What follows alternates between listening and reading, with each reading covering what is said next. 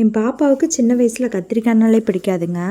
கத்திரிக்காயை பார்த்தாலே ஒரு மாதிரி வாயில் வச்சிட்டோமே சாப்பிடணுமே அப்படின்ற மாதிரி நினச்சிட்டே சாப்பிடுவா. ஆனால் இப்போ எல்லாம் அப்படி இல்லைங்க. நான் விவரம் தெரிஞ்சதுலேருந்து இந்த குழம்பு வச்சு கொடுத்தேங்க. அதுலேருந்து அவள் ரொம்ப அடிக்ட் ஆகிட்டா. என்ன குழம்புனா இந்த குழம்பு தாங்க, எண்ணெய் கத்திரிக்காய் குழம்பு.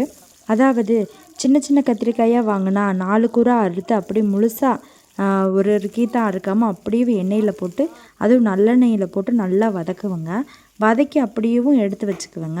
அதுக்கு அடுத்து புளிக்குழம்புக்கு சீரகம், கடுகு, சீரகம், வெந்தயம், அப்புறம் தக்காளி, வெங்காயம், பூண்டு இதையெல்லாம் போட்டு நல்லா சுருளை எண்ணெய் பிரிகிற அளவுக்கு வறுத்துட்டு அப்படி இந்த கத்திரிக்காயை போட்டு நல்லா 4 பெரட்டு பெரட்டி, அப்புறம் மிளகாத்தூள், மஞ்சத்தூள், அப்புறம் மல்லித்தூள், அப்புறம் மிளகா பவுட்ரு, குழம்பு மிளகா பவுட்ரு இதையெல்லாம் போட்டு நல்லா பெரட்டி புளி தண்ணியை கரைச்சி நல்லா ஊற்றி அப்படியே ஒரு துண்டு வெல்லம் போடணுங்க.